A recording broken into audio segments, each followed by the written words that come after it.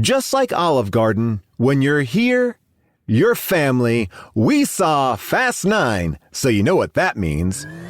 Now it's time for How Did This Get Made? We're gonna have a good time, celebrate some failure, not just be a hater. Cause you know you wonder, how did this get made? Let's wallow in the mediocrity of subpar art. Perhaps we'll find the answer to the question, how did this get made? Hello, people of Earth, and welcome to How Did This Get Made? Boy, oh boy, summer is here, and this is the movie that has brought back the blockbuster. It has broken all the records, and it has also brought back the How Did This Get Made family. That's right, we are doing a full-on all-star How Did This Get Made. The team that has been around for most of the Fast and Furious films are back again today. But if you've not seen Fast 9, let me tell you where we are, what we're going into very quickly.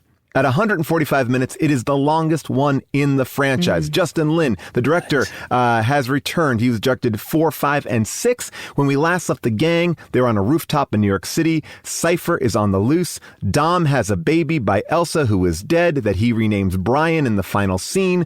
The coast is clear. The gang is free. Everything is A-OK. Everyone is living their best life. But 9 picks up a bit more tense. Dom and Letty are on a farm. They hear that Mr. Nobody has been captured. The team needs them to find him. And, Dom also has a brother who we've never heard mentioned in the 8 previous films, and magnets. That's pretty much what you need to know as we get into this film.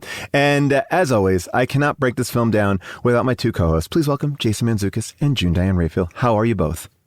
This movie, this made my summer. This really was exciting. This made me very happy. If anything, you said it was the longest one. Not long enough. It flew by. Wow. Flew by. Not long enough. That's interesting. So this is the first time I've been to a movie theater. Same. And Paul and I, we saw the movie in a dark theater in the middle of the day with our masks on. There was one other patron. Love it. And it was a wonderful way to re-enter the theatrical experience. To be embraced like family. Yeah. Back into the cinematic family. It felt right. It felt like exactly where we should Like a big, warm Vin Diesel hug. So big, so warm. I will say this much. The person who was in the theater left before the post-credit scene, which we'll get into, which allowed June and I to dance our way out of the theater. Nice. The music was on. Movie theater dance party. Music, we were dancing our way up the aisles. We were dancing in the seats, and we danced our way out of the theater. Yeah, that's what we got. And you know what? I am dancing right here in my chair because we have a very special guest. Like I said, he is part of the How Did This Get Made Fast and Furious family. Please welcome Mr. Adam Scott. Adam, welcome back. Oh my God, you guys. This movie, and I, like you guys, this is the first time I'd been to a theater in, 14 months? Is that? Yeah, easily. Yeah. And there is not a better movie to return to the theater for. Truly. And I just have to say, going to the movies is so awesome. Yes. And I really missed it. Especially for spectacle. And what we're all looking for is spectacle. And that's what I think Fast 9 is smartly, they really were like, because this movie was supposed to come out right as the pandemic hit. Like, this movie was imminent. Oh, I didn't know that. Yeah, it was imminent. Like, the final trailers were being released. Its going arrival to was be imminent. the summer blockbuster. Like, everything shut down in March. This is going to be the one that launched the summer, like the first movie of May or whatever. And so they basically punted. The movie didn't cause the pandemic or anything. Oh, now that's interesting. Right? Now that's interesting. That's up for debate. Maybe we figure it out here today. Because I know they've been saying it was monkey to human or animal to human, but do you think it was there's no way it was stunt fast. to monkey and then monkey to human? There were scenes shot in Wuhan. There is a set piece in a wet market that was edited out of the movie. We joke about it, but we know, truthfully, if the Fast and Furious gang could have prevented this pandemic, they would have done it in the final seconds. So it would have gotten so close. Here's what I'll say. Yeah. If given the choice, rather, to have the Trump administration be in charge of the COVID response or the Fast and Furious team be in charge of the COVID response, they would drive around handing out the vaccine to everybody. I wish that the Toretto family was in charge of the CDC. I would take Ludacris and Roman and Tyrese. Roman in charge of the COVID response any day of the week. Sure. And they're all vaxxed. I mean, they're all fully vaxxed. It's just so like them. Jason and I were talking about this, and we felt like the fact that Fauci wasn't in this at all really was, it felt to me like we needed a cameo where he, tipped his hat. Maybe he's working with Mr. Nobody. I feel like Fauci can be part of the Fast and Furious family now. Nothing would make me happier than like Fauci. They have to like break Fauci out of like Charlize has captured Fauci and they're like, we got to go get Fauci. Look, Fauci's family. They literally put Bill Simmons, the Ringer podcaster, sports writer, in the movie as part of the pit crew. Fauci could be in that pit crew too. Oh, guys, you really shouldn't be.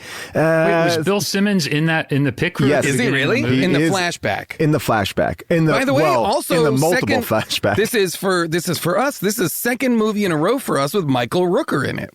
Oh, Sixth Day, last week's episode or whatever, episode we did, and this Michael Rooker, Yondu from Guardians of the Galaxy, coming in again, one of our great character actors.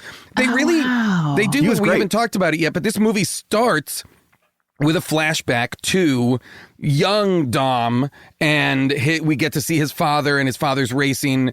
I don't know, is it NASCAR racing? I'm not sure. It's kind of like a speedway racing. I think it's a little. I think it's a little lower. Seemed like a regional race of some sort. Small scale, but like nonetheless deadly because as we watch, his father gets killed. I mean, that car was straight up made out of gasoline. I mean, when it hit, I mean it didn't even. It exploded. It exploded in such a way that it was it was as if the car was covered in gasoline and there was a match thrown by it. I understand that they talked about this idea like it could ignite immediately, but that car exploded. You could tell they were like, this car needs to explode in such a way that there is no question that the person inside of it is dead. Although I would not be surprised at all. Unquestionable. I would not be surprised at all if in 10, Papa Toretto shows up. Oh, 100%. Sylvester Stallone as Papa Toretto. That's my pitch. 100%. I have to talk about something.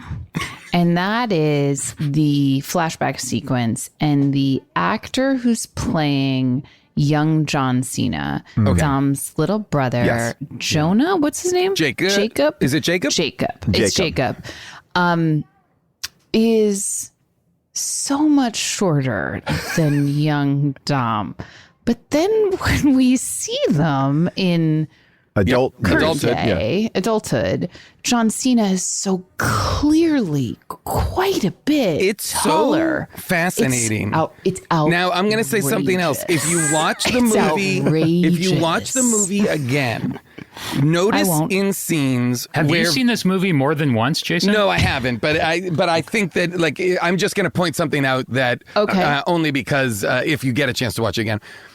They're also at times using forced perspective to show Vin Diesel being taller than other characters as well. They're using Lord of the Rings technology here. Like there's a scene with him and Letty where he and Letty are standing in the doorway of a building and he's like 6 inch standing. It doesn't look like it, but he's standing higher than her. And when they both exit, he has to exit weirdly because he's on something that is like a lift. They're constantly trying to an extended lift. They're retconning him. Yes, they're retconning him as a tall man by casting a tall man as his younger self. It's fascinating. It's really very crazy to see them in those flashbacks because they are. I mean, I would say little brother Jacob is 18, 19, but you're at your full height. Yeah, he didn't have a growth spurt at 22. Not possible. Yeah. Or we have to assume that like Dom shrunk somehow. Yeah. Prison? They might have, or bad nutrition in prison? One of them shrunk and one of them grew. I was wondering why they had other actors portray, because it's a while ago, but it's not like they're toddlers. I thought they were meant to be like teenagers, but they clearly are not. The actors are not teenagers. So. I have a theory on this. Oh, interesting. I have a theory on this. I think actors the reason, look like they're like 25. That's right. So my theory is they want to spin off Fast and Furious into like a TV show or a movie and use those two characters pre-Dad's death. I thought those guys were great. Well, they were also great. because in the flashback, when Dom gets out of jail, you also see young Mia, young Letty. You see young analogs for all of the main characters, and so they could do like origin story Fast and Furious movies, like Paul is saying, with those actors as the young, the 20-something versions of the team. Which I am there for.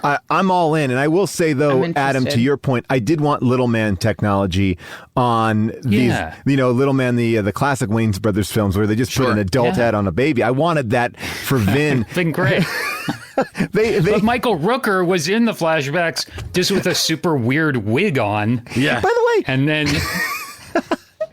Wait, by the way, the first scene of the movie takes place in 89 or 99? 89. Because then the first movie is 2001. 10 years later, right? All right. That's a lot of aging. They both did a lot of aging in that time. Well, I mean, like Vin Diesel loses all of his hair. He's bald by the time he's, I have a theory about this. If you were to ask Vin Diesel, like, are you a bald man? He would say no. Whoa. Yeah.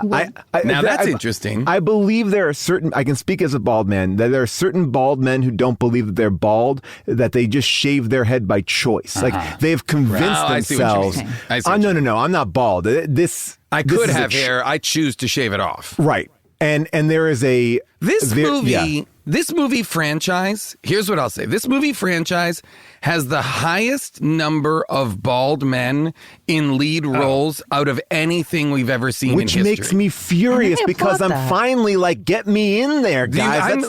You have to get in there because almost everybody, especially not this movie because he's not in it, but The Rock, when The Rock was in it, when Statham was in it, and like Tyrese. Let's talk about it. Statham is in it. Oh, sorry. Statham is in it, the tag. But you know what I mean? Like this, you look at it. I did not see this tag. I don't even know what that is. Okay. Okay, we can get to it at the end. We'll get to it. Yeah. But no bald women. Now that's interesting. Isn't that interesting? That is strange. Although Charlize's hair is shorter. Charlize has that haircut, which I'm into. I like that haircut. I like the way that there's so much going on with this character. And I mean, I won't even bring it out to the fact that what I really was having trouble with was going, wait, how did Fast 8 end, The Fate and the Furious? I was like, how did that end? And I went back and rewatched it. It seems like shit has worked out. Like The Rock gets his badge and gun back. They're in New York. Things are good. They don't mention son. Yeah. And now when we open up on this movie, they're on a farm and they're freaked the fuck out that someone is going to kill them. And I was like, what has transpired? Because when they make that kid jump into the cellar, that was kind of terrifying. Brian, go! Yeah. And Brian has aged a lot. Brian has gone from baby later. to like... Yeah, he's like 30 now. Adam, your numbers. Numbers. Yeah, I'm a little off numbers-wise today, guys, but I think I'm in the right zone. They never explain through the whole movie why they were so freaked out at the beginning. Am I right about that? They just saw a normal car. Nothing was intimidating. Like a Toyota is coming down the road. Well, here's the thing. Get the fuck in here! I think there are still people out in the world who want them dead. Who? Okay. I mean, Cypher. That's the thing. I mean, Cypher, because Cypher escaped, right? Right, but do you think that Cypher's coming after Dom? Probably. I think she's going to come after Statham. She completely, that was Dom's orders. Okay. You know, like that was Dom's plan was to act, because Deckard at the end, Statham at the end says, how did you know I'd do it? You know, right. and he's like, family. I think this is sort of why this movie, as much as I loved it and loved going to the theater and loved any Fast and Furious movie, and would take it and go see it again any day of the week. This one, just this, like, the fact that they're freaked out at the beginning, we never quite know why. I found myself in that first terrific sequence kind of out in the jungle. Yeah. I found myself in that same place that I was like with Star Wars prequels or Indiana Jones 4, where I'm like, this is fun, but who's chasing them and no idea. why and what are they? And usually these movies are so good at setting up the big bad, the big cartoony conflict that's going to carry us for this movie. It's all always so expertly and clearly stated right at the beginning, and we know clearly where we're going. And this one, I wasn't. I was with you, Adam. Couldn't quite figure sure. it Well, out. yeah. I didn't know why Charlize was in the box. Well, Yeah. Well, She was asked on that the question plane. a couple times. yeah, that's okay. So Mr. Nobody had managed to capture Charlize, which and had she her, was uncaptured at the end of the last movie. He's like, we believe she's in Athens. So Mr. Nobody is continuing his quest to take down Cypher. Cypher, exactly, and manages to, and puts her in like a classic Magneto. No, he doesn't do that. Oh, you think that? I think John Cena puts her You in think that John cell. Cena? Oh, okay, got it. John Cena got it. and the John son. Cena and his buddy. And that's his Yeah. setup. Oh, okay. I Yeah. thought in my mind, there was a set piece prior to the movie where John Cena, in Fast and Furious fashion, John Cena steals the box, the clear lucite box with Charlize in it out of the plane. But you're right. He probably just took Charlize and made that box and By put the her way, in that it. box that Charlize is in has no seats. She Yes. has to stand in a prison cell. Like the only thing in that box besides the lasers going around her box is a drawer that they can pass her documents in. But there's no place to sit. There's no bed, and I just really started to feel for her. I was like, how embarrassing to be on display in front of all these military jerks, and then you can't even sit down. You just got to lean the entire time. Well, I mean, at first, she right, looked because you don't want to great. sit on the She looked great. floor. She looked great in the box. But the thing is, like, so when I first saw her in that box, I was like, oh, it's not a cell. It's a protective layer. Like, I thought she was in like a Pope Mobile type thing. And I was like like, a bulletproof oh, cool. kind of- Yes, yeah. she's in a bulletproof, like, they have That's to interesting. protect her.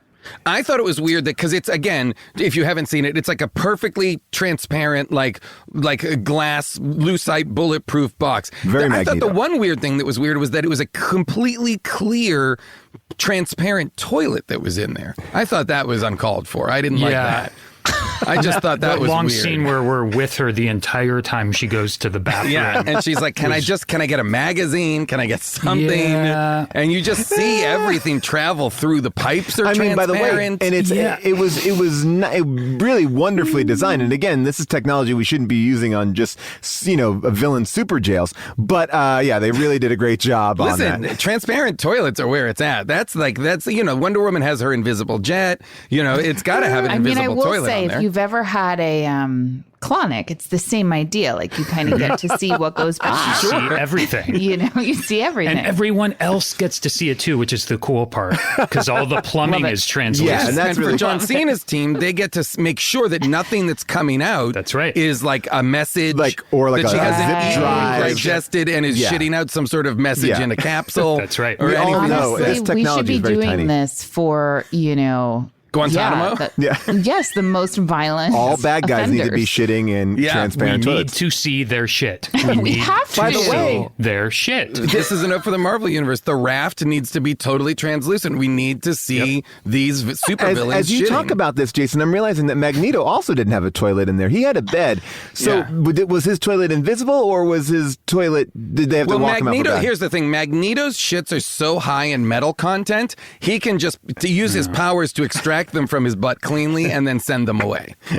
He doesn't need a Send toilet. them away. Just put Just- them just out, like, boom. out into space. Yes. Yeah. I want to just talk to what Adam was saying about we jump into this movie and we don't have much to go on because it seems like Roman and Tej. We don't have much to go on except for 8 previous movies. Well, I mean, but over again, the last 20 years. a lot has Yes, changed but, I mean, because. and that's a lot for us, some of us, to remember. Well, yes. Oh, yes, that's true. I did Yeah, just okay. rewatch all 8 in the last 3 weeks. Did you really? I did. How fun. I watched all 8 extended cuts. Oh, wow. Oh my God, Jason. Even so, they always kind of play a little catch up, then set up Yes. a new thing that's going on. Right. And this one was just kind of episodic and obligatory, sort of, just in the kickoff. Well, this was It just also sort the of first felt- time. This was the first time they've used the language of a flashback to give us context That's right. for the team, for in this case for Dom, but for anybody. Like, this is the first time they've, or I mean, this is the first time they've ever gone into the past like this. Well, I mean, I will say this. As much as there are some confusing elements, like the idea that, like, okay, Roman and Tej and Ramsey, I guess they are now working together, even though we left them and they were kind of like a romantic triangle. But I was like, either way, they're kind of working on it. They're in a team and Dom is not in a team. And I don't know, but I love that this writer, Dan Casey, who is new to the franchise, Chris Morgan had written all of them, but Tokyo Drift, I believe, or number 2, he comes in and he's like, you know what? Fuck it. I'm just going to get this movie going. And I actually think just diving in was the way to go, because then there's a lot of meta shit in this movie and it's more Holy fun. shit. I mean, there's a so lot. much meta. Basically, Tyrese's character, Roman, is a meta. His entire character is to serve as a meta-textual commentator on the movies. He keeps saying, hey, has anybody noticed? Like, we keep getting into these crazy adventures. I was shot 14 times just now, and none of us can die. Like, does this seem weird to anybody? Like, they're leaning into the criticisms that the movie gets, that the movie has turned a story about street racers who used to steal TV, DVD combination players into, like, people who, like, are the Avengers, essentially, and are, like, using cars in ways that are superhero level, like, they're God level people. They cannot die or be hurt at all. And Tyrese comments on that throughout the movie, and I thought it was hilarious. Well, they had to, because of where they end up going, where Tyrese and Ludacris up fucking going at the end of the movie, which I could not. And we called that. We called that years ago. We did. Yes. And I think We did. Not you that- very well may have. I Sure, don't June. know if anyone wants to check the tapes. Check the tapes, but I think we can all confidently pretty say sure June called it. But here's the thing about the space sequence. I have to say, I was a little disappointed. Oh, what? Okay. What? Okay. They drive a car in space. This movie is so car-based that even when they go to space, they drive a car. And they outfit that car to be like a Back to the Future DeLorean. Like they hit buttons and the car's like, Yes. And he hits the gas to go forward in space. They have a Nas. They have a Nas tank in space. Like, big But here's what didn't Nas tank. happen. They didn't have a race in space. oh, I see. Yes, that's okay. true. And that's The what space I was race. You wanted it to be the expecting. space I wanted race. a space race. Okay, and I I get that. wanted a sense of, like, action up there, and out there. It wasn't And enough that they drove through a satellite and then, without Landed? knowing how or where, drove to the International Space Station. And Again, got drove a Not car for me, there. but again, I am, as the author of the original Yes. source material, like, I have, of course I'm going to be disappointed when I see it realized on screen. So it wasn't, for me, it wasn't exactly what I thought it was going to be. Amazing. You wanted like a woman in a space bikini floating out in space going like that, and like the car Exactly. starting. Like, and- Exactly. Dom, we found a race of aliens that love to race. And that would have been the end, like them. By the way, if Fast 10 is the space race, I'm on board. oh, I'm in. I mean, I'm on board. It didn't feel like there was a sense of urgency out there. What are you talking about? They literally were like, we're 4 seconds away from complete destruction. You have to do it.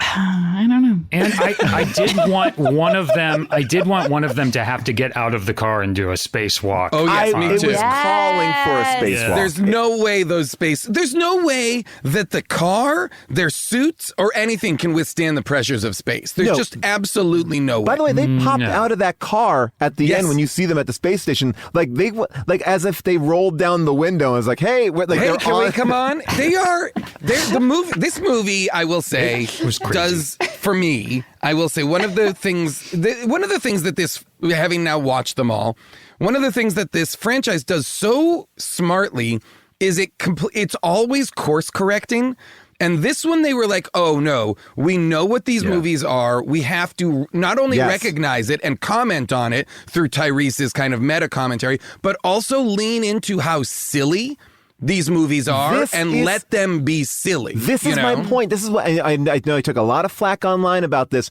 because I think a lot of people think that Hobbs and Shaw was too silly and too whatever. But Hobbs and Shaw set a template that I feel like this movie embraced and kind of brought it back, because I felt like Fast 8 was a little too serious, and I don't feel like Justin Lin makes all these sequences fun and big, and they're stupid in the best ways. It's like magnets. Great, let's do a fucking. Oh my god, this movie was basically underwritten by Big Magnet. Like they're almost every set piece utilizes. They basically find, for anybody who hasn't seen the movie and is listening to this, they find a bunch in the early scene. They find a bunch of incredibly powerful magnets, and almost every set piece for the rest of the movie utilizes those magnets somehow. And it does not get old. No, it doesn't. And magnets that are basically like gravity level, like more than gravity. They are like a black. They can pull a car through a building. And they can also push it off with equal force. So, like, they have a dial in every car, and it's like, I turn it to 8, and it sucks in cars. I turn it to 1, and it shoots the car off into, like, 20 feet the other way. It's like, the magnet has a lot of force. It was awesome. And we first see the magnet in use in the best possible sequence, which is Dom's brother, who we've never really met. And I'm glad that the characters also call that out, too. But he drives off a mountain and then into oh my god into a magnet plane. It was amazing. Oh yeah. Well, so that happens. So that happens where John Cena jumps off a mountain, lands in the plane. Then Dom and Letty are trapped. They're getting fired upon by the military of whatever country that they've illegally entered. Who knows where they get all their gear, how they get transported. I don't understand the infrastructure that allows the team to do what they do, but we don't even have to. They're so smart to not even examine it. But that move where the bridge is out, and Dom drives at the out bridge, and manages to hook a cable against the car and swing the car across the chasm, and kind of like it swings and lands on the other side of the chasm in another country, in a safe country, and they survive effortlessly. Wait, is that the same sequence though? Is that the bridge sequence? Because then there's the other. The other car that drives straight off the bridge? Yeah. Yes. Yeah. That's just not, that's the other car. Yes. Same sequence though. Okay. They hit the bridge. Tyrese hits the bridge as it's falling apart, like Indiana Jones Temple of Doom style, and they're getting across it, but by the time they get to the other edge, the most of the bridge has fallen down, but they were able to defy gravity and kind of just drive up the side. And Vin Diesel sees this as he's driving towards it, and you see him realize, oh, I know what I'll do. And he does what Jason just described, and it's absolutely insane and makes zero sense. And he's shifting. Physics-wise. He's shifting a little bit in there too, like not his body, but like literally the car shifter. And when that car jumps on the bottom ledge of that other mountain on the other side, it flips, boom, boom, boom, boom, boom. Doesn't explode like the dad's car. They're not wearing seatbelts. They're not wearing seatbelts. The car flip, flip, flip, flip, flip. All the windows are broken. And when you look in the inside, Dom and Letty look like they are ready to go out on a night on the town. There's not a mark on them. They are not a scratch. Not even they like all a piece walk of away grease. from so much destruction without a scratch. It's shocking. They do one of the things that really this movie leans into heavily, which I'm now obsessed with in these movies, and I'm pretty sure it's just Justin Lin that does this. Is that Justin Lin lets cars be extensions of physicality.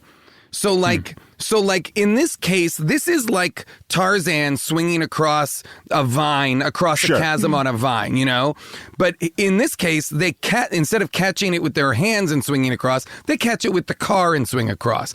Instead of the bridge going out like Indiana Jones and the Temple of Doom and them having to climb up what's left of the bridge, they can drive up what's left of the bridge. There's another one where Letty is like thrown from something and she's going to fall to her death.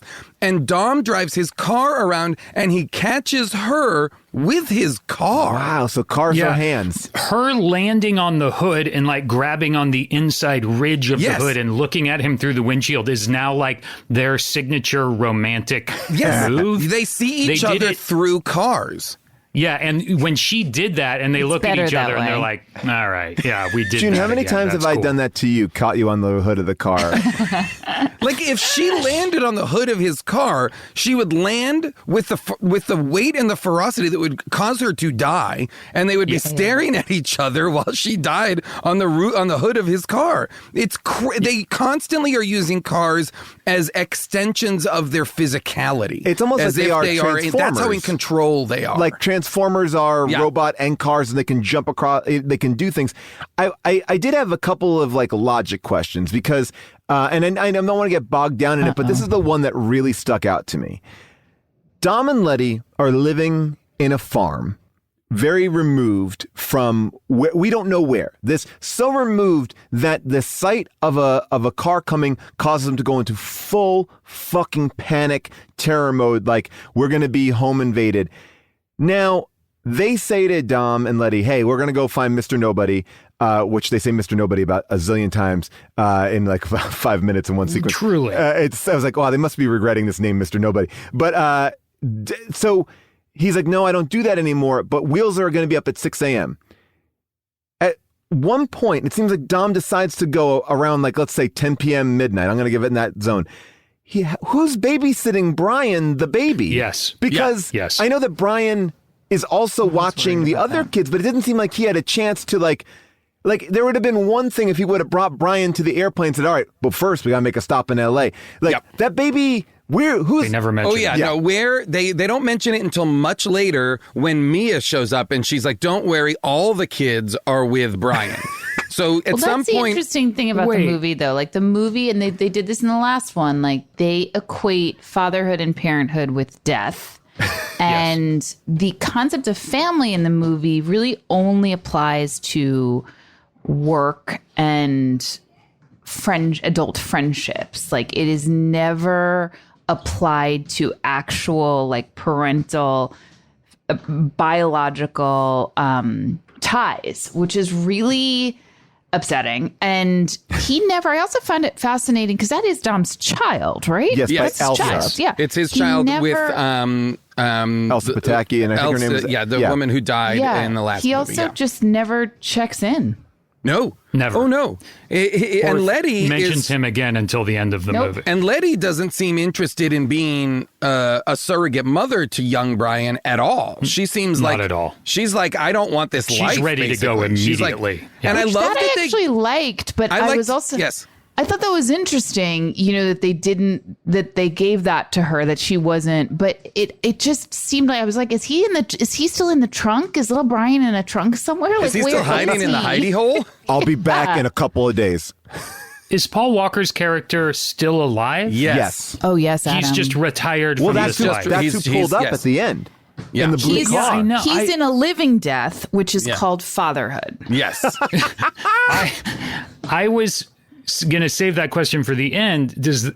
It led me to believe that the next movie is going to have Paul Walker in it again. The way the movie ended. I think the idea is that at the final scene in the last movie, they all get together for a family dinner.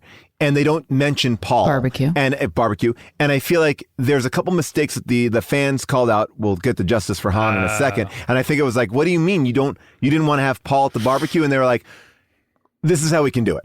We can say he's coming to the barbecue. We can give him something to do. But I think the last movie, they kind of like wrote him out. Like they didn't really incorporate him the right way. So I feel like they wanted to make him more present, but they do say, hey, we got out of this. We retired, which is a hard thing to say. We retired because we have a family, but you got 2 more movies coming up. you got to get out of retirement a little bit. Like you got to. Well, like, it's also like now, and it's so interesting that the only thing that can make Vin turn his back on his son and his parental duties is the knowledge that his brother is. Oh, I guess he doesn't know that his brother's out there yet. He doesn't. He only knows. Which is weird. He only knows that postcard, the Han postcard. So he thinks the Han. By the way, he doesn't seem like much for sentimentality. But had he figured out it was Han yet? No. No, he just got No, a he postcard hadn't. from Han that he put in a drawer, and then obviously when the house blew up in L.A., Didn't that he say somehow he got survived. Didn't he say he got the postcard from Han after Han died? Yeah. Yeah, Yes. for sure. So He eventually figures out that is from Han, but when he leaves his son at the beginning of the movie, I just was unclear as an audience member what it was that was pulling him so hard to go meet up with them and get on the plane. It was agree. not I'll tell you clear. what. It was that he wanted to leave. That's it. That's it. No, yeah. That I think you're right. it. He wanted to get the fuck out of there. I think it's that the Yeah. movie needed to happen, and so he needed to go.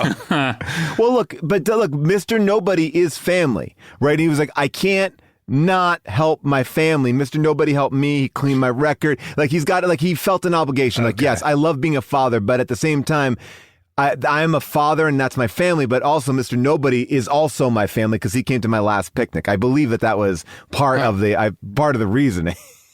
Here's another one of my, and I did enjoy the movie a lot, but here's another one of the things that was sort of missing for me is I feel like in kind of getting the John Cena character and building up the kind of conflict between he and Dom and knowing that he's eventually going to turn good and become an ally at the end, they never really pushed him and made him really bad, right?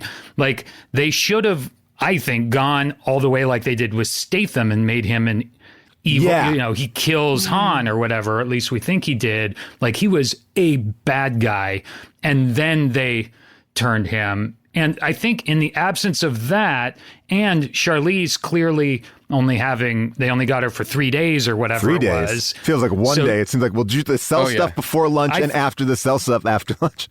I thought about it because I thought it's probably too much stuff for one day, maybe two. I thought if they had 5 days, he would have actually had her outside at some point. Yeah. But she never leaves the stage. So I landed on 3 days, but maybe it is one or two. But I think with her sidelined and John Cena is like the main bad guy, but not really. I feel like the movie is missing bad guy. a really bad guy. And they always had such great bad guys. I buy that, and you know what? It is interesting. It's very hard to put a villain next to a villain that you love. It's like, and that's tough too because all you want to do is like get her out of that box and be like, now you please take over, and she does eventually. But again, it's limited. Can I ask you guys a question? Yeah. I wrote a bunch in my thing. Like John Cena, seems to think he's playing like the Terminator or something. Like he's like very stoic and still and wooden and kind of just like matter of fact. There's no flourish or flair to him. There's no joy to it. Okay. I don't know if you guys felt the same or not, but he felt to me very it just didn't rise to the level that other people were at. But I'm wondering if that is him kind of not being able to get there, or is he doing what he thinks is a Toretto? Yeah. Is he like, I'm Vin Diesel's brother, so I can't act this whole other way. I have to exist under his shadow. So I would act like he acts, but slightly adjacent, Is he basically doing a Vin Diesel impression? See, I'm going to have to agree with you here because we know that John Cena is capable. Side? No, John Cena is capable of really being the life of the party. I mean, you see him even in the Suicide Squad clips. He's funny. He was in he's Cop funny in Blockers. Blockers. He was great in that. Like I like John Cena. To be clear, I like John Cena. I know, but I think you're right. I think this might be a choice because he is devoid of being very evil, very sarcastic. Like there's nothing more. Like he's playing more like Jason Bourne in like Jason Bourne program Jason Bourne, not Jason Bourne. I'm trying to figure out my identity. Like he just seems Treadway Jason you're right. Bourne? Yeah, he just feels very, right. Terminator is probably a good...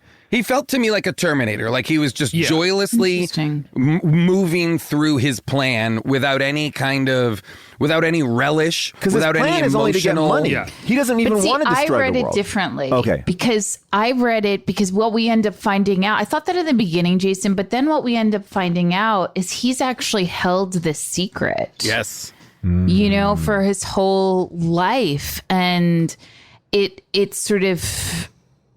I feel like he turned on himself at a very young age.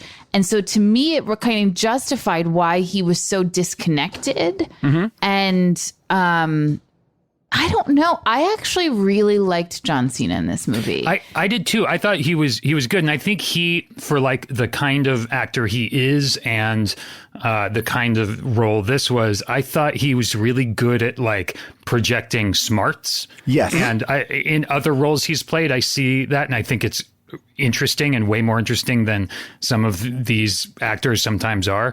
But I think, Jason, you're right too. Like he was written and maybe directed, I don't know, a little bit into a box in that the character is a little bit of a tweener. Like he's not super evil. He's not a good guy, clearly. And so he's sort of writing this line. I think as an actor, he did a good job with that, but it's a tough kind of line to, and there was a vacuum.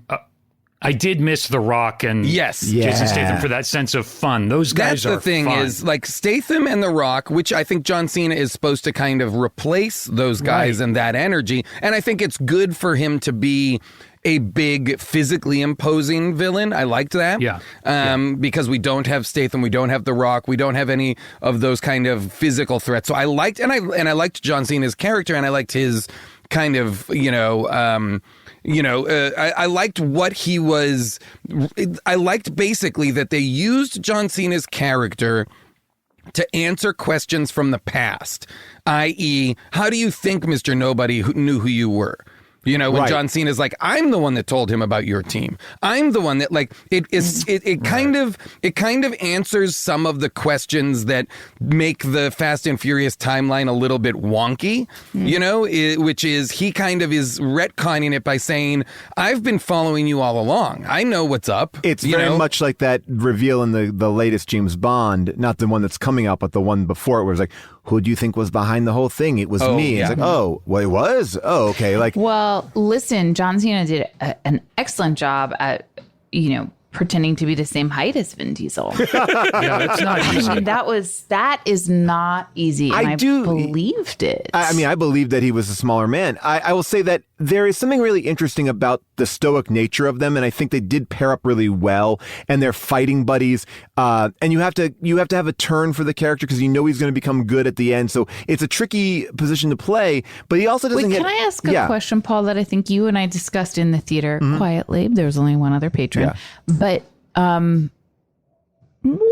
is their are they Italian? Oh, well, this is Charlize. Charlize, is it Charlize who has this line where they my say, favorite line of the whole movie? I know the Torettos have a famously mixed bloodline. Famously mixed. Because those are not. They are not brothers. No, nor is Mia their sister.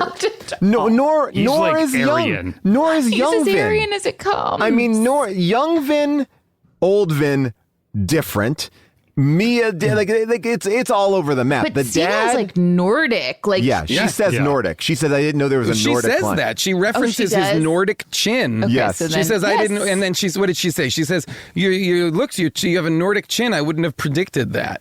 You know, which is basically like Papa Toretto got around, I guess. I don't know exactly what the implications are of that, but she was trying to insult his mother, I guess, or his. Yeah, I mean, so they could also have different moms. We don't know. Like they could I guess I assumed it was dad because they seem to be being raised by their dad. Right. So you're suggesting, Paul, they had different moms and one mom just like dropped one off to be raised by the other mom? Yeah. You don't see that every day, but I guess it is a possibility. She wasn't attached. But She they was really, not attached they, to this but dog. that's what I mean. That's Like, the interesting thing about the movie. It really deals with like maternal ambiguity, and I appreciate Yes, that. that's But right. by the way, That's right. it also opens it up for the two moms to come in the next movie and be the bad guys, team up with Helen Mirren. By the Oh, way, man. that Helen Mirren scene, Helen Mirren driving with Dom in the car, one of my favorite scenes. one of the best scenes. I wanted them. I mean, I know people have talked about loved this. it. I wanted them to kiss. I wanted feel them like- to fuck so Yes. bad. so bad. There was some really like major sexual chemistry between the two She of them. is so Cha-cha-cha. good, and she's doing here's what I'll say. She's so hot, she's doing such a great job, she's so compelling, but she's also selling that she's a killer driver. Oh, yes. Which is hard. Yes. It's hard to sell like stunt driving that her character is meant to be doing, while then effortlessly having a conversation with Dom as well. What's so interesting about that sequence is, I guess she stole some jewels From I don't know. Boodles. I Yes. can't remember. Okay, Yep. so Yep. she could have easily just walked away. Sure. Walked away. Yeah. Just walk out of there. She Lots was not- of people she are coming looked- and going. Just exactly. Walk Get out. to your next location. You But know? she- Well, She she has to needs to get in steal the a car. She has to steal a car and get in a to car steal chase. And this but is- she took off like a bat out of hell. It's like you have flagged for everybody around you. Like you're the person. Get that person who's And- driving the car really fast. And here's a couple things that were interesting about this scene. First of all, I just want to talk about pure joy. And we talked about like Dom being a stoic character. When he sees her, he lights up in a way that I have Yeah. never. Like he Christmas lights tree. up like when I see Vin Diesel goddamn doing singing Christmas tree. videos on YouTube and stuff like that. Like it's like he is in pure joy mode. And that Yeah. sequence, I was a little confused. It's like, all right, so he's asking her questions, and then she just drives him to the party. Like I thought like. So she had no intention of going to that party. She just dropped him off. Yeah. Jacob was paying Like an her. Uber. Oh, okay. Jacob was paying Jacob gave her two missions, or asked her to provide two things. One of which was to drop Dom off at this party, and the other was, Dom's asking her, "How did Jacob get a hold of this, that, and the other?" And she's like, "I might have told him what that information." Right. He wanted two things: that information, and for me to drop you here. But how did he know that Vin was going to be in London? How did he know? Yeah, exactly. How Like did that he know moment. that Vin would come to London and that Vin would seek out Helen Mirren? Of course. But it doesn't matter that there's a party that she drops him at a basically a rave that is In front of a happening castle. on an English manor. That he ends up having a bunch of his own people at, right? Yeah. All the girls. Well, those girls are hired by John Cena and the guy from The Witcher. Those are like their people. But then Vin Don't they Diesel end up helping Vin? Well, those are the women that he has hired. They are part. So this is another question. The Interpol, like I guess Yes. Dom is like circumnavigated that phone call to Interpol and got like, oh, I'll use my Interpol team. Like Dom has his own Interpol team that could At come the in party. at the party. Right. That he didn't know he was going to. Right. When he's loaded into that van, the thing about the movies is that Dom is somehow always like 6 moves ahead of the bad guy. And that absolutely. in a way that is completely unknowable. In a way that is just, it's impossible to have planned these steps knowing that what the move the other would make would be. And we also have, I think we have followed Dom's journey pretty clearly. Like, oh my gosh, you got involved with nobody. Like there hasn't been like time passed when the where they've gone Interpol on. team was Yeah. revealed to be Cardi B, I was Oh, like, yeah. what is happening? Well, great. like that to me is a callback to something that didn't happen in any of the movies. Like, and that's what you wanted it to be, but it was sort of like, thank you so much for helping me out because now I Yeah. got this. It's like, wait, we don't even know who you are. When did he like help out a team of like female, like, Yes.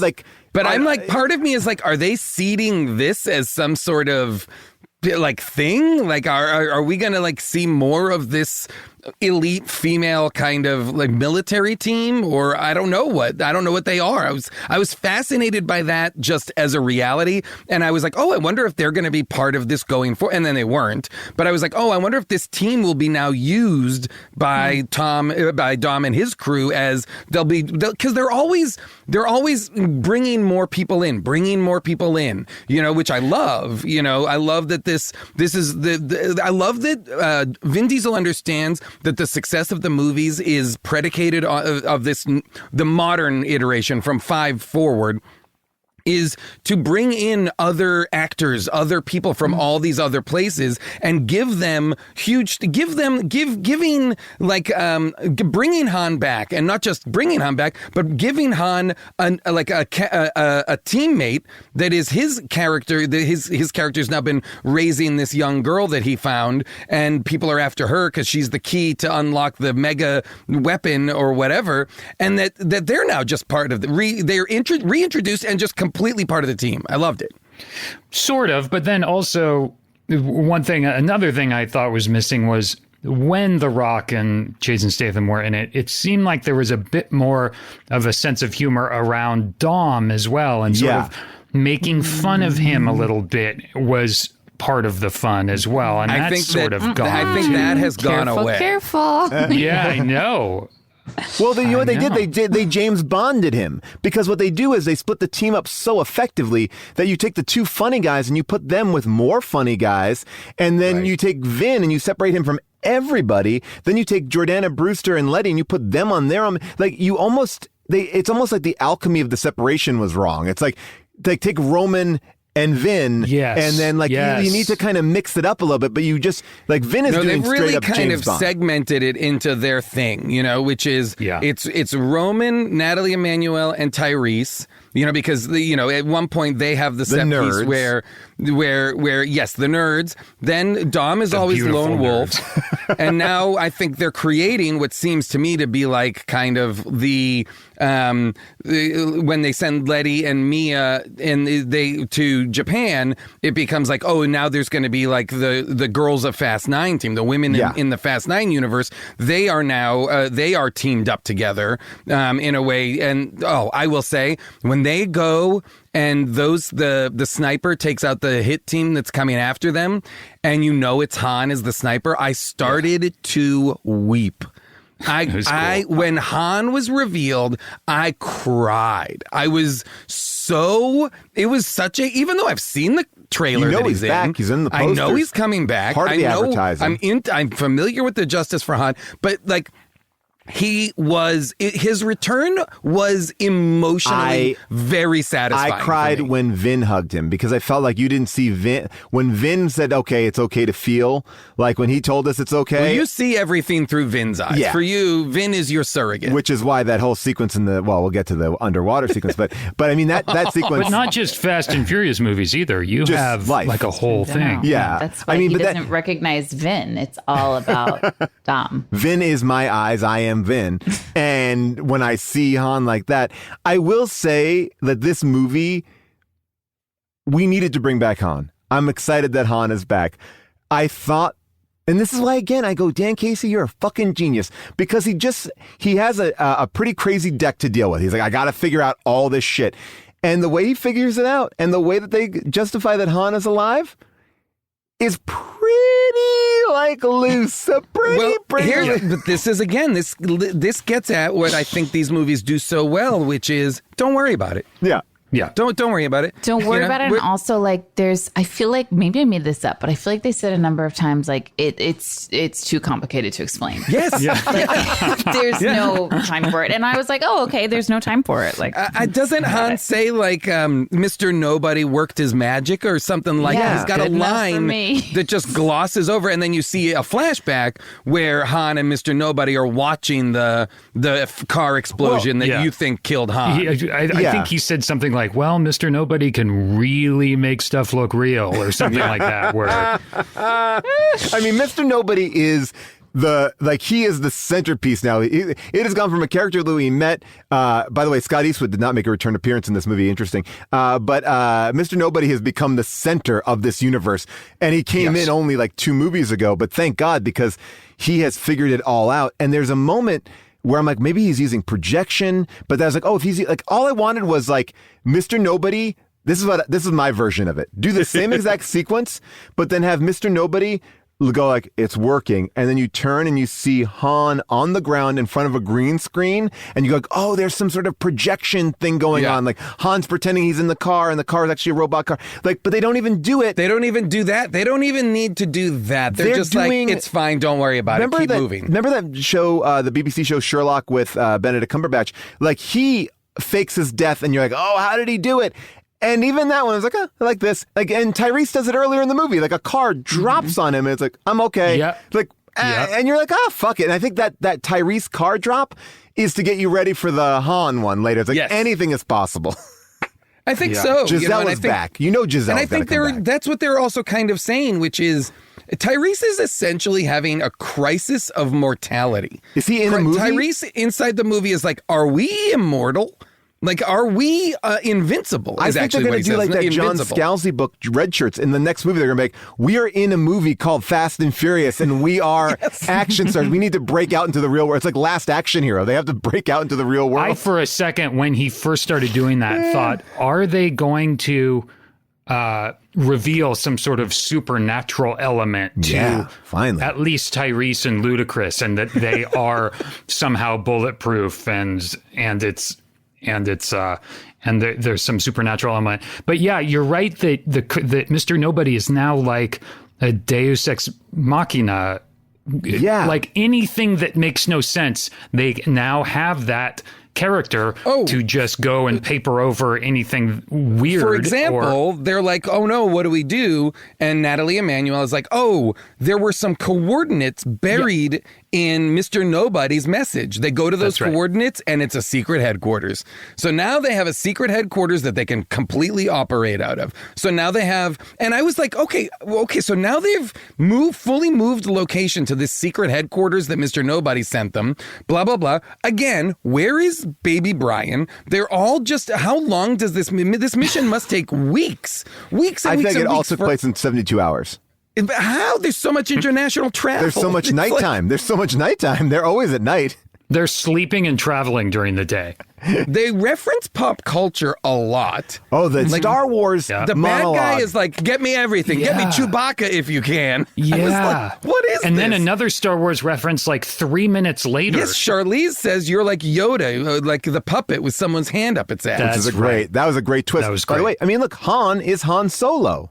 I mean, his name is Han Solo. It is? Yeah, truly. His name is Han Solo? Yeah, it's spelled differently. Yeah, that's that's the whole thing. So, I'll tell you how it's spelled. But that's like the big joke. Like that was a joke that Justin Lin put in. I didn't know that. The That's original funny. movie because basically Han is in. Han is from Better Tomorrow. Better Tomorrow. He's great. I love that. I love actor. that guy. When he comes in, like eating a bag of chips or whatever he's doing, because we've seen him. Remember, that's what he used to do because he wanted to quit smoking. He was always snacking in the old movies, and he comes in and he's just like, "Hey, what's up?" He's so chill. He's maybe the best actor in the series, like in terms terrific. of seeming like compelling to watch and like weathered and like looks like he's been through shit. You know? Okay, so his name is Han SEOUL-OH. Han Solo. Got it. And that's his alias. That he is. So I mean, last names aren't used that much here, but that's his deal. Wow. And we get to see the Tokyo Drift guys. You know, that was like fun. That was really fun. Everybody gets to be in the movie. Everybody gets to have like a check-in moment and a hero moment. Like they're building the rocket car that then those guys can use to go to space. Oh, isn't that You know what? lucky? I did not see that coming, and I was delighted that that's how they came back into the movie. Yeah. That they're going to provide the way to space. That they're now just like weird, like Mythbusters style. Yeah, it's so great. Experimental team like that. Like again, that nothing prepares you for the fact that this is what they do now. right? Like the same way that Ludacris at the end of 5 has had all of his dreams come true. So he opens up a mechanic shop, right? But now he's like one of the world's greatest hackers, and we don't question it. You know, it's just like, right. He's like one of the world's greatest hackers. He was never a tech guy. Well, I mean, we talked about this in the mini episode. I know people make a big thing. The cars do everything, but really, everything does everything in this movie. I mean, Vin Diesel and John Cena, their bodies are so rock hard that they break through walls on simple punches. And not even just them, even one of the bad guys, the guy with the tattoo, when they're fighting on the top of that truck, like a billboard crashes through like Wile E. Coyote style. And it's like, I'm all in. I mean, by the way, the action is great. I'm having fun. I wrote down, I don't know if I understand everything, but it's fun. That sequence in Edinburgh where they're jumping from car to car. Am I right about that? Is that what they're doing? Yeah. Yes. That was beautifully directed. I mean, that is a great sequence.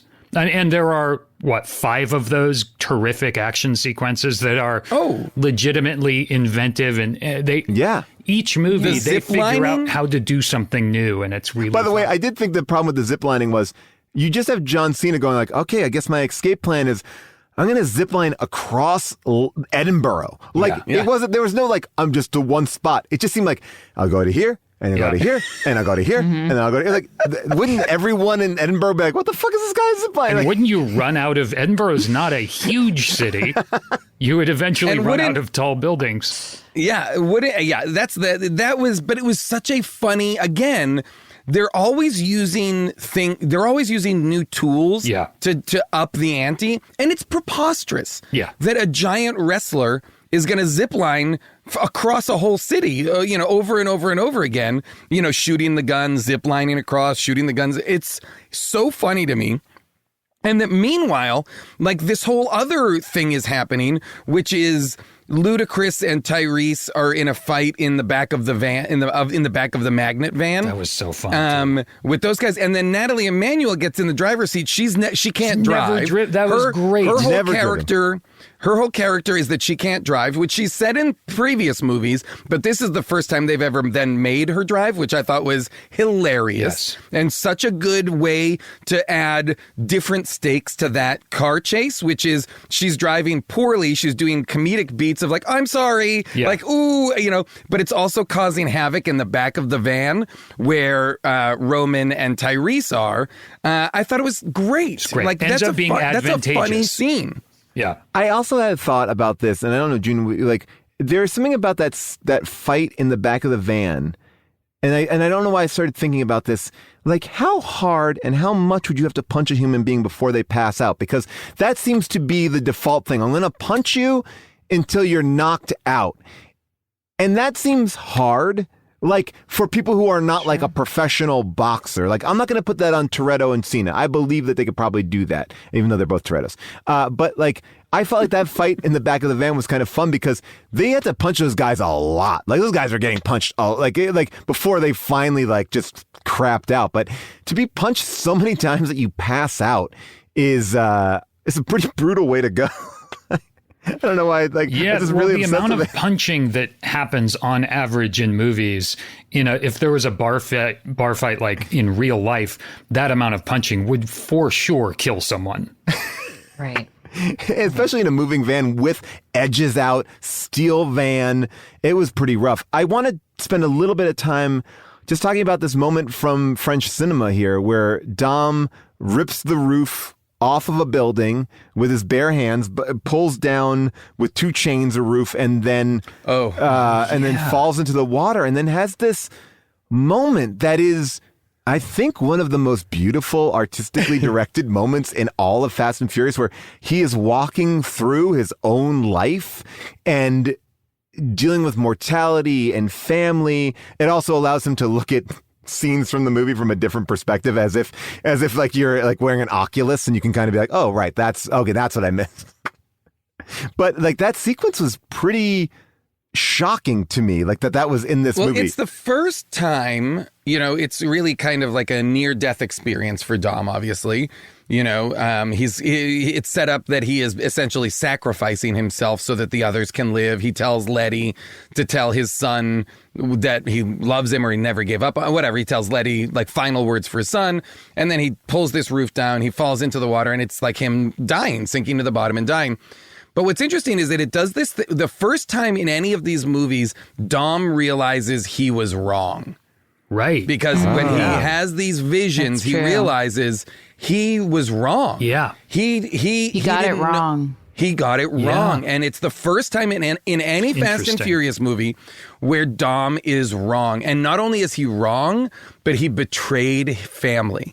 Right. He betrayed his brother. He took away from his brother the only thing that for Toretto's matter, which is family. Mm-hmm. Because his which, brother. By the way, can I just say one thing, Jason? Because yes to all of this, but it's so funny to me that they keep on saying in these movies, like, the worst thing you could do to a Toretto is take away their family. Yeah. It's like, that's the worst thing you could do to anyone. Yeah. By the way, all these and all Torettos the dads aren't unique in this regard. They're not. Everyone I think we'd all be upset if. Well, there is a line. There is a line, June. I wanted to break down this line that Mia says. She's like, Mia says to Letty, "Dom is my brother, but you'll always be my sister." Like, yeah. What does that mean? Like, it's meaningless, essentially. Yeah, it truly is. But Jason, to go back to what you're saying, the movie was different in that sense. To see Dom in a vulnerable state of not knowing and having misread a situation, it actually made me think about the younger Dom and how, like, his father did not think he was strong enough to handle that information. His father did not assumed that he was too weak, really, to handle it. Well, the way they frame it in the movie is slightly different, which is his father believed in Dom so much to be the good one that he wanted to keep Dom pure. Like that Dom was going to be like Dom was the chosen one. And that Jacob was not the runt, but the little brother who knew, like, who the dad kind of was like, you have to help me through this fight. We can't tell Dom because he's too good. Because Dom's whole character is like radical good. Dom is too attached to his father and to the lore of his father. I think that's in there too.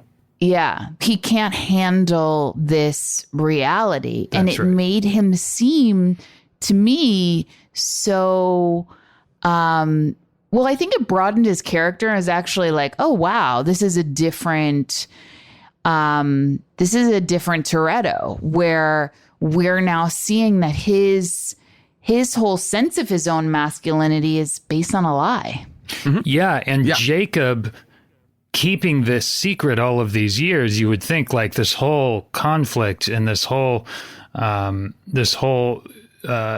sort of splinter in their family could be solved with one conversation. But John Cena is also protecting Dom, not only keeping the word he gave to his dad, but he also is protecting him from thinking of his father in this other way. So it is a well-written sort of conflict that they put together there. It's got juice. There's something to, without it being, because I was a little bit nervous when they announced that, like, oh, John Cena is going to be his brother, his long lost brother. And I was like, oh, I don't know. That seems a little bit like that could be dicey. But I really liked it because it really serviced something that has really not been attended to in these movies, which is that in all of these movies, Dom is absolutely, unquestionably always on the right side of every decision. He is always the moral compass of every choice, and he's never questioned. And in this instance, he really is found to be wrong. Yeah. His understanding of the situation was wrong, and his inability to question it into adulthood also wrong. And he really has to have a really come low moment. But what's interesting, and what's so interesting, and what we talked about on the podcast before about how Dominic Toretto can never lose a fight. You know, how Vin Diesel won't let him lose a fight, won't let him, everything. He has to win everything. He never apologizes. He never says, I'm sorry. Right, you're right. Which is crazy. You're right. Like the moment where he acknowledges it to Jacob is to say something like, I don't think I wrote it down, but he says something like, maybe I had it wrong, or maybe you knew too much. He phrases something in a way that is like, I think I understand what happened now, but he doesn't ever say, I'm sorry that I basically humiliated you in a car race and banished you from family. Yeah. You know, like I took away the thing that we all valued, which was family. I loved the sequence. So I loved the sequence where it's the Edinburgh one, right? Where it's the long convoy, yeah, right? And Dom, it's the one you were talking about, Adam, earlier, where they're jumping across moving car and bus roofs. Yes, they're again, something you cannot do. You can't jump from a car that's moving 30 miles an hour to a car that's going the other direction at 20 miles an hour, land on your feet and just continue, like Frogger style. Continue to jump and fight. Yeah, right? Again, the laws of physics don't apply to these characters, which Tyrese appropriately calls out and should be saying, do the laws of physics not apply to us? Yeah. Are we human? What's happening? Anyway, so Dom gets into the John Cena's character and his German Willem Dafoe Jr. Character are in a transport that is like, I don't know, two semi-truck trucks in length. It's like a mini railroad thing, and you've seen it in the trailer. It goes vertical at one point. Anyway, they use the magnets, they go vertical. Dom somehow ends up inside this truck as it's tumbling over and over and over again. The thing is tumbling over and over and over again. He is able to walk through it. Yep. Walking on wall, ceiling, floor, wall, ceiling. He's walking through it so much so that it falls down like a mountain or something, then lands, and just as he's getting into the driver's seat, and he drives it away. That's right. That happens. It is insanity. It's so... He would be double dead. But hold on and just say, and then manages to escape that same truck that's been hit by 2 missiles by jumping out of it as it careens off a cliff, but also not being any bit affected by the amount of heat, because that thing is a giant fireball on wheels at that point. I mean, he lands like in a superhero pose. Yes. He lands like in Black a Widow style, fist to floor. Superhero pose. And how does the drone that it's revealed that Charlize is flying so she doesn't have to leave the studio where they're shooting, how did they end up downing that? Was that through car trickery as well? I forget. Yes, he uses the tail and the rear end of the long convoy thing that he's driving he positions it so that the missiles hit and it forces the truck's tail to spin around and smack the drone that's firing missiles. That's right. And it all blows up, and he is completely, without a scratch, unharmed. I mean, a lot of stuff going on. He fights like 60 guys at once. Vin Diesel at one point fights like 60 guys at once. In the tell him I love him scene, right? With the chains? Yeah. There's a moment, though, in this movie, this is how much action it has, that it goes completely silent. As there's a giant sequence where Vin is running up the side of that truck to get into it, and it's just silent. It's sort of like almost like background montage. It's like, oh yeah, this is not even this giant set piece, which most people would like pull out. It's like, this is nothing. You don't even need to see the truck flipping and him jumping in. It was like, this is just like, meanwhile, it's a weird thing. I've never seen a movie take such a giant action set piece and treat it like, yeah, and that's going on too. Was crazy. There like narration over, some voiceover over? No voiceover. It was just dead silent with music, and that's when the space thing is going on. There's a million things going on. That's right. And the only thing I thought about in that sequence a lot, again, this is me in the punching, and I wanted to get your thoughts on it. Dom's jeans. I've heard dad jeans, I've heard mom's jeans, and I was thinking about Dom's jeans, because Dom's jeans, they're not pure denim. Right, because they're not that kind of color, but they're also not like faded. They're not like whitewashed. They're kind of this weird retro jean. I was looking at it, I was like, where does John? They also taper at the bottom. Weirdly, like boots. they're also like I don't know if they're tucked into his boots, but they don't come over his boots. They end at the top of his boots. Yeah, so for sure, that's an interesting. So he's choice going to as a well. tailor with his jeans. I mean, he's 8 feet tall, so he's got to go to a tailor, obviously, because the jeans. Well, he's got to go to the tailor anyway, so that they can remove all his sleeves. Yeah, and those are like elastine jeans. Like those jeans, you have to be able to run through a 2-block long truck in as it's careening off a cliff. You can't do that in like tight denim, so they have to be like spandex. What's interesting is like they'll give in scenes that are appropriate, like in the one we mentioned earlier, like Tyrese and some of the other players will have bulletproof vests on. They'll have body armor or something akin to that on, right? Dom, never. Dom is just like, I'm out here, I'm in the world, I'm bulletproof, essentially is what he's saying. I don't need Kevlar, I don't need body armor. I'm body armor. Sure. I mean, I also noticed that when he's doing good things, he's in a white shirt, and when he's doing bad things, he's in a black shirt. Is that right? Oh, is that true? Well, when he pulls that's the roof interesting. down, he's in a black shirt, and when he's doing like I'm on the farm, it's a white shirt. So, and like even when he wouldn't steal the car, he's wearing a jacket over there because it's probably a little cold in London. With Helen Mirren, he's like, when he says, I'm not a thief anymore? I'm not a thief anymore. But it's also like, come on, man. At this point, what are you doing? I love that. That she like wanted him to get in on that on her. He does pull the brake. He does pull the. He does. He helps her out.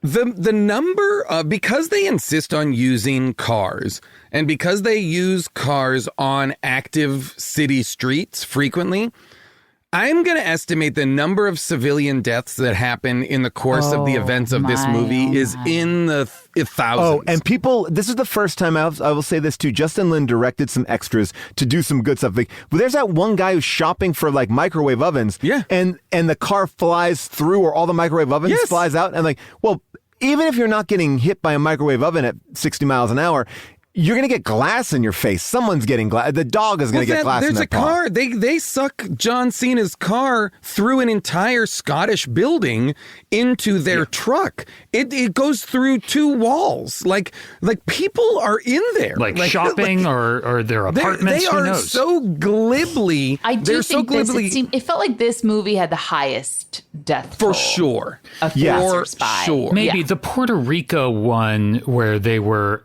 dragging the vault. Is that what happened in Puerto Rico? That's Brazil. Brazil. Yeah. That's That Brazil. one had Yep. a pretty high body count too. Okay. But Yeah. Yeah, But this I one say may that have and I been- actually don't remember I any think of the those other ones. magnets, because those magnets are pulling people's, like people in their cars, they're pulling, like they're using those magnets willy-nilly. And by the way, the magnet shit, it's cool. Yeah. It's such a basic idea. And I thought it was super By the way, fun. it's Justin Lin's kid came up with that. So fun. Yeah. But Great. maybe I liked it. his kid saw Breaking Bad and maybe got it from that. Because it sort of reminded me of Breaking You're Bad right. a I little forgot about that. Yeah. bit. Which is fine. I mean, it was The movie great. is 80% magnets. 80% magnets. They need the magnets in space. I don't even They understand use truly what the magnets are doing, but yeah, I get it. I mean, I guess it's just going to, everything that has a 1 and a 0 attached to it is going to, I mean, they use it a lot for comedy because, like, when Roman's eating, they turn up the magnets that steal his Oh my fork God. and knife. Yep. And then like a laptop hits it too, and that laptop is now ruined, but they still thought it was hilarious. It seems like everything in that room would be ruined, but that amount of magnetism Yes. coursing through a small room like that. It also seems like their bodies would be ruined by that. Like, I don't think your body should be that close to magnetism like that. I don't know. It doesn't feel good. It doesn't feel good to me. There's got to be radiation involved too somehow. Here's my question, and this is my question for the group. And we've gotten a little bit away from it, but we were talking about it earlier, so I want to reintroduce it. When Dom we see young Dom get out of jail, and he shows up at a street race where young Jacob is, and Jacob is like the king of street racing now since Dom's been in prison. And Dom says, if I beat you, you have to keep driving and never come back. You have to go away. And he sends Jacob basically into exile. Mia is basically like, I kept in touch with him a little bit. Like, is Dom forcing Mia to choose sides? It seems so. I'm so glad you brought that up. Wait, I don't remember feel this. like... Yeah, I do. Yeah, so what do you... June, I'm curious because I feel like they've never mentioned it before or anything like that. But in my mind, Dom is like forcing Mia to shut out Jacob. And that is heartbreaking. It is. And it felt like that last moment where she goes over and hugs Jacob, it felt like she was being released from like a transparent cube, that she had been kept away from him, and that like Scientology style, Dom had told her it's him or me. Yeah. Wait, so June, It was very upsetting. I think what we're kind of coming to here in a very like organic way is like Vin is emotionally abusive character. He doesn't apologize. He keeps family apart, but yet he projects this image of being perfect, but yet he is not. Well, he demands that everybody follow his morality. And Jason, did you just say this though? Because it felt like Mia she wasn't carrying the baggage of like this idea that Jacob killed her father. Right. I would I don't imagine know if Dom she never even told her believed that. it. Maybe different dads, different moms, different dads. Or Dom maybe never told her that Jacob was complicit in the murder, or complicit in the death. He might have let her live a life where she didn't know that and just assumed Jacob had disappeared. I don't know. He might never have said that. Right. He might. But meanwhile, Jacob was probably hanging out with Mia during the time that Dom was in jail. So like, yes, because they're both at the car race. And don't you think that if they've kept in touch from time to time, like Jacob would be like, yeah, Dom did tell me get the fuck out of here. I don't know, but what I do, because here's the thing that I keep coming back to in these movies, and having just watched them all, it's true.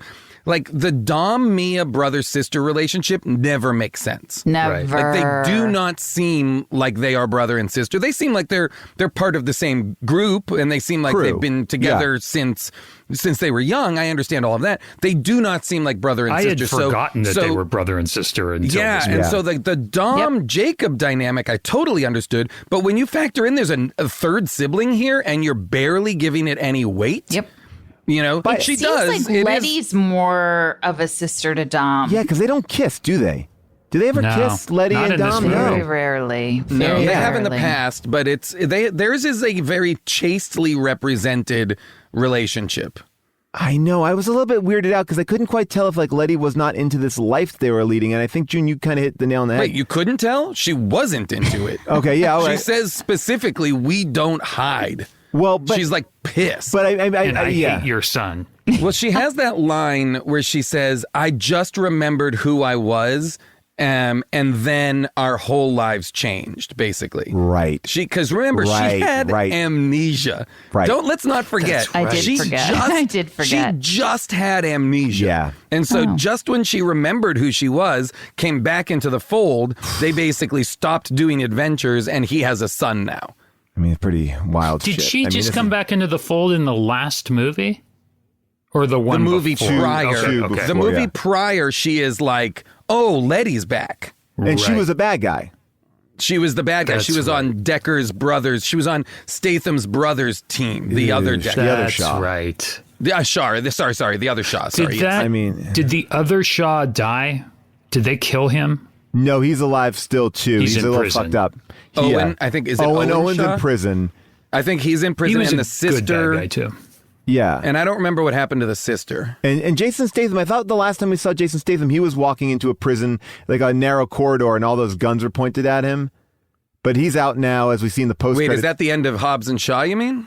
Oh, they put him in jail in the end? Oh, no, that was the bad guy in Hobbs and Shaw, right? But they put Idris Elba in that prison. I believe so. Okay, yes. The walk, yeah. Okay, so yeah, when we see, basically, Justice for Han, we get to see a snippet of what that's going to look like in the next movie, which is Han shows up to Jason Statham's house, and Jason Statham is like chasing down someone for a micro with a mini hard drive, but beating. I mean, the best reveal of all time.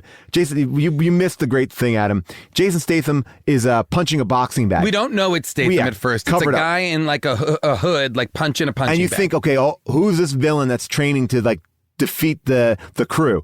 Pop, pop, pop, pop, pop. He's beating up baby. Then he takes off his hood, reveals it's Jason Statham. You're like, oh my God, I thought he couldn't contractually be in this because they all hate each other. And you're excited. And he drinks a bit of water. And then all of a sudden you hear like, and you're like, what? And you realize that the punching bag actually has a human being in it, and that's how Jason Statham gets his workout done. Oh my God. He puts so Adam, the punching bag, like, I don't know, does he unzip himself or does Statham unzip him? Statham does. Yeah. Okay.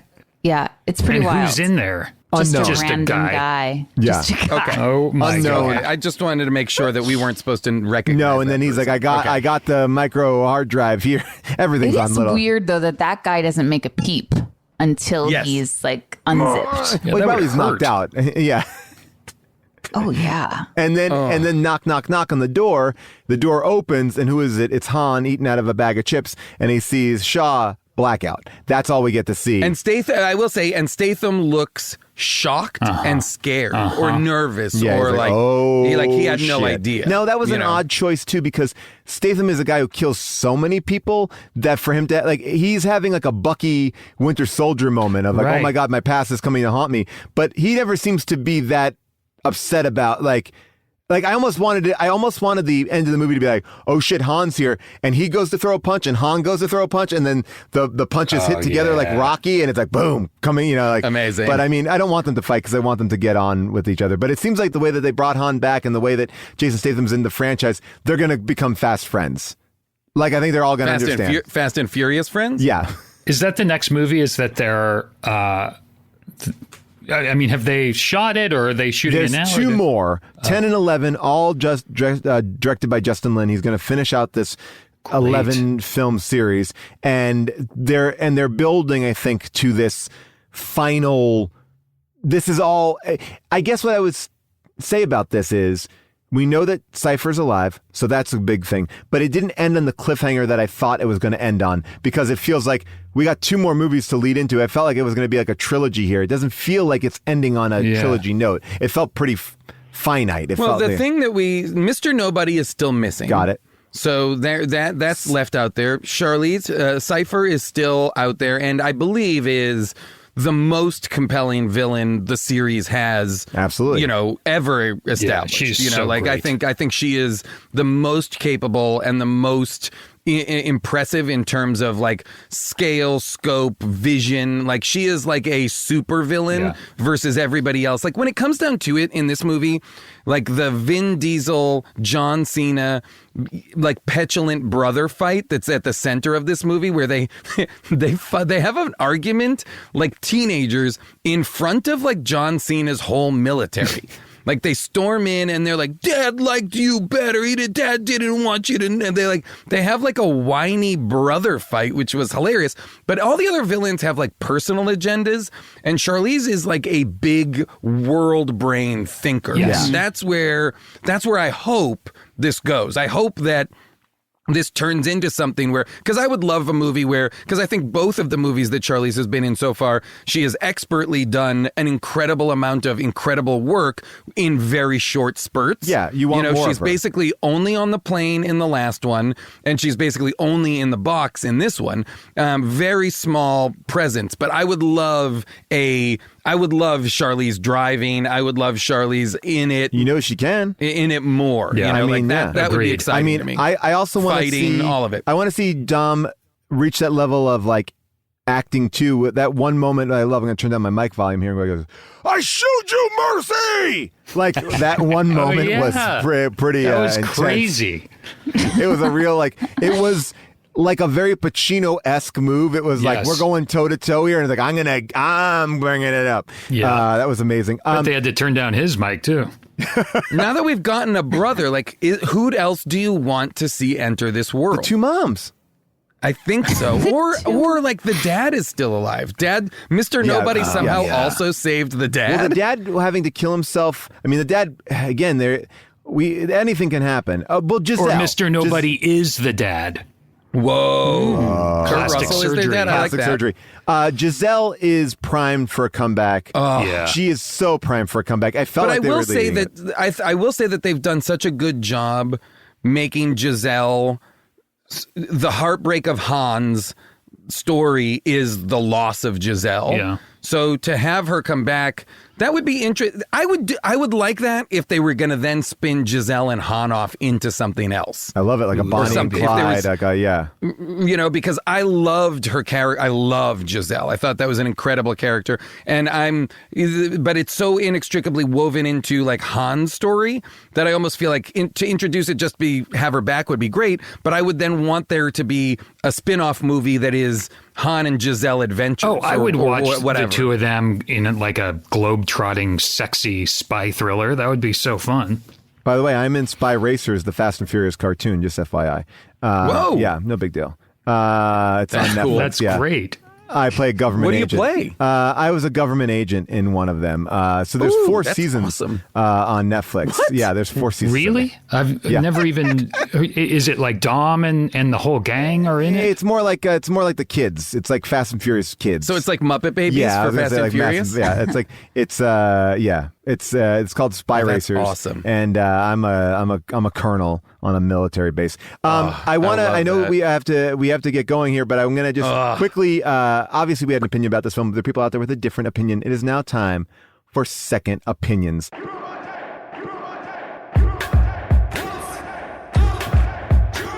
The movie was a piece of shit, yet this person recommends it. Tell me what is the message? Maybe that art is subjective. I need a second opinion. And these simply are the best opinions we could find. Nate Kiley did an amazing job here, but these are 10-star reviews from IMDb, and I'm just going to rock them out here. Damn! Fast 9 was awesome and fantastic. I love John Cena playing the brother of Dominic Toretto and Mia Toretto. I can't wait to see it again. I'm so excited for the next Fast 10 and Fast 11 for the final chapter. I would say chapters.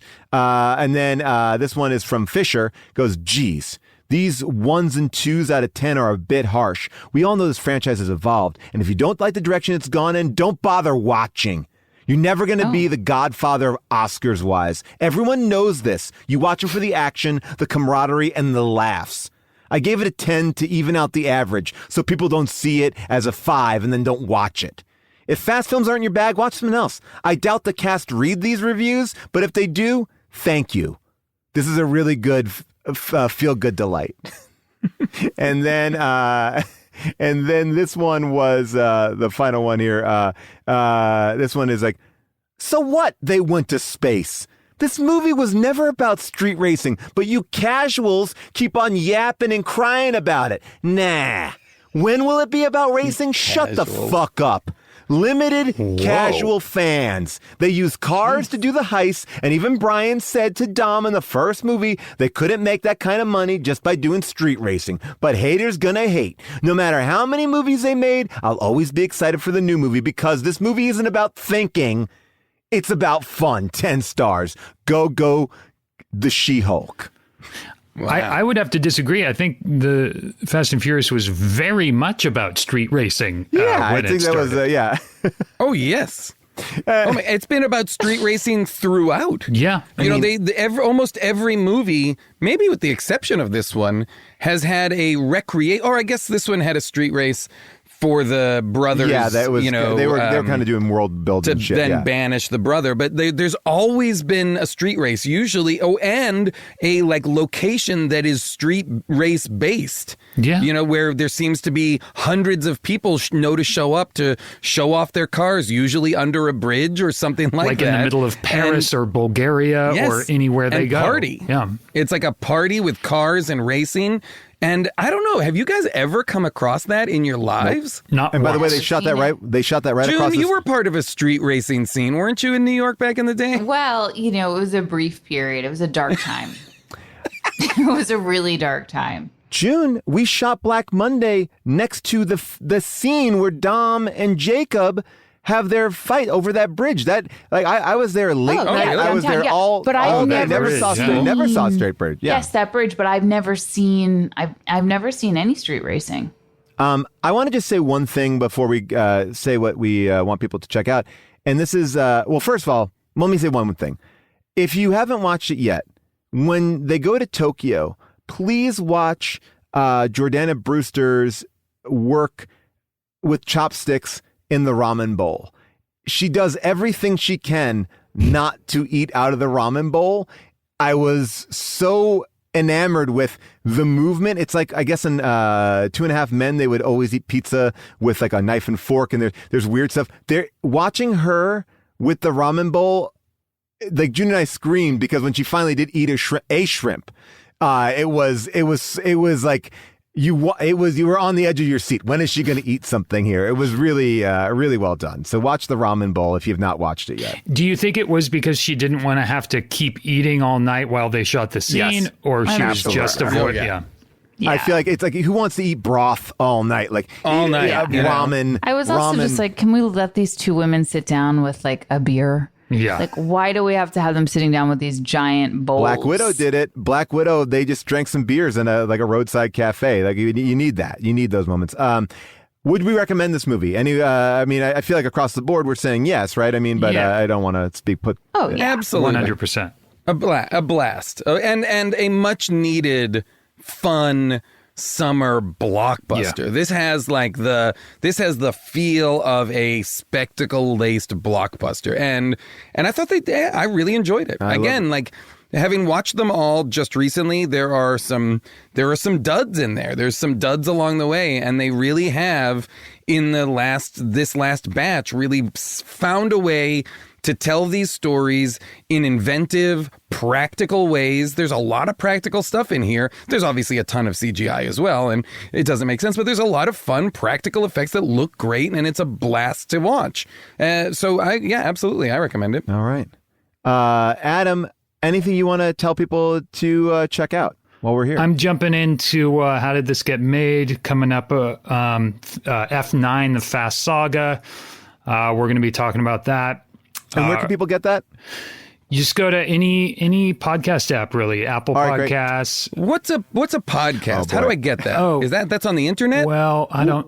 We'll put okay. some notes in the show notes. We'll put the how to get it on the show notes. Yeah, We'll do, where and how and all that stuff. That'd be great. Find it there in the notes, and I'm just really excited to do it. I've been doing these for a few years now, jumping in with Paul, June, and Jason, talk about the Fast and Furious movies. Can't wait. that's exciting. That's a great opportunity for you, Adam. Thank Yeah, you. really, Yeah, it's really I'm exciting. excited. Really fun. Like I said. I'm excited. I'll be honest. I'm excited to check it out. Oh, I great. love podcasts. Yeah. And I It's love really Fast good. and Furious movies too. Yeah, we talk about Fast and Furious movies. That's great. I love those movies and I love podcasts, so I can't wait to check out this app. Cool. Any podcast app, you find it anywhere. Anywhere, subscribe and like. Yeah, hit the subscribe button. All right, great. June, anything you want to mention? Yes, everyone check out The Deep Dive, which is a new podcast I'm hosting with Jessica St. Clair. We do not talk about movies. And I'll leave it at that. But I would say that there's a lot of talk about family and the emotional depths. That's true. I mean, a lot of And you Toretto. guys are also covering all of the Fast and Furious movies from a family perspective, right? Yes, it's woven in. It's woven in. It's indirect. Yeah, and Jason, anything? Steve Conrad, who created one of my favorite recent shows, Patriot, and also Perpetual Grace Limited, has a new stop motion animation show coming out on the 22nd called Ultra City Smiths that I have a small part that I do a voice in. And then, as always, I'll recommend Invincible to everybody, the animation show on Amazon based on the Robert Kirkman comic book that I think is fantastic. I've heard that's terrific. It's really, really great. You can always check out Black Monday, which is ending its season right now. You can go back and binge them all. You can go download Showtime. I think you have 7 days for free. You could probably watch every every episode of the first 3 seasons in one whole chunk if you wanted to do it in over 7 days. I think you could.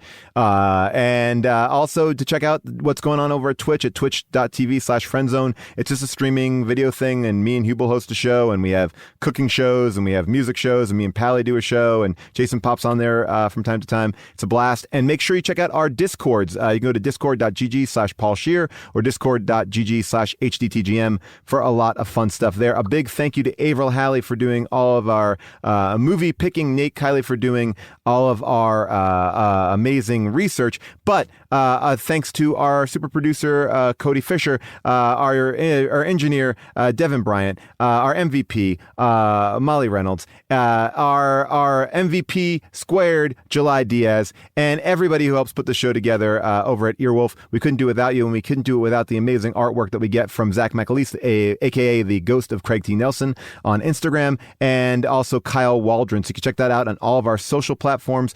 Keep the conversation going by jumping into our mini episodes, and you can always give us a call about your life or about this movie at 619-PAUL-ASK. That's 619-Paul Ask. That's a lot of information, but I know you can handle it. We'll see you next week for a mini episode. You can talk to us all about Fast 9. There's more to say, I'm sure. So without any further ado, see you all next week. Bye for now.